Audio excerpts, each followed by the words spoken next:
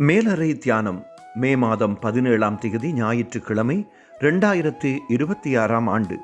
எழுதியிருப்பவர் லரிஸ் கன்லான், Maryland, USA. தலைப்பு: ஒரு அடையாளத்தை வைத்தல்.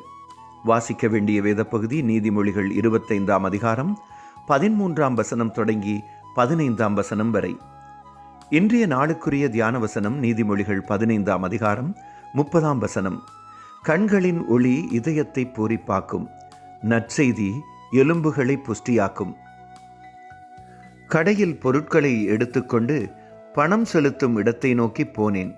அங்கே ஒருவர் மட்டும் நின்ற இடத்தை நோக்கி மகிழ்ச்சியுடன் நடந்தேன்.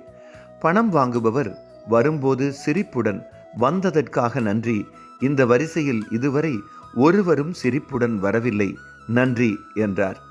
எனது முகக்குறி எப்படி இருந்ததென்று தெரியாது. நான் ஒரு வார்த்தை கூட சொல்லவில்லை. ஆனால் இந்த வரிசைக்கு வருகிறவர்களை இந்த பெண் அவதானிக்கிறார் என்பது மட்டும் விளங்கியது. அவர் சொன்னது என் மனதில் நன்றாக பதிந்தது. அதை மறக்க மாட்டேன் என்று நம்புகிறேன்.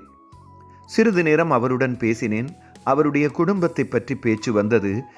தனது பேரக்குழந்தை குறைபாட்டுடன் பிறந்ததால் பாடசாலையில் கஷ்டப்படுவதாக சொன்னார். நான் அந்த குழந்தைக்காக ஜெபிப்பதாக சொல்லி விடைபெற்றேன். இப்போ அந்த கடைக்கு போகும்போதெல்லாம் அந்த தாயாரை பார்த்து பேரக்குழந்தையை பற்றி விசாரிப்பேன். நான் அந்த குழந்தைக்காக ஜெபிக்கிறேன் என்பதை சொல்ல மறப்பதில்லை. நான் முதல் முறை அவரை சந்தித்த நேரத்தை நினைத்தபோது, நாம் சந்திக்கும் மக்களுடன் நாம் பேசாவிட்டாலும் எம்மை பற்றி ஒரு அடையாளத்தை அவர் மனதில் வைக்கிறோம் என்பதை நான் உணர்ந்தேன். நீங்களும் நானும் சில சமயம் நற்செய்தியாகவும் இருக்கலாம். ஜெபம். அன்பான ஆண்டவரே, உணர்வுகளை உணர்ந்து உதவவும் தைரியப்படுத்தவும் வழிநடத்தலை தாருங்கள். ஆமேன். இன்றைய நாளுக்குரிய சிந்தனை: பேசுவது தேவையாயினும் பேசாமல் இருப்பதும் அடையாளத்தை ஏற்படுத்தும். கர்த்தருடைய அன்பும் இரக்கமும் அவரது பிரசன்னமும் இந்த நாளில் உங்கள் அனைவரோடும் கூட இருப்பதாக.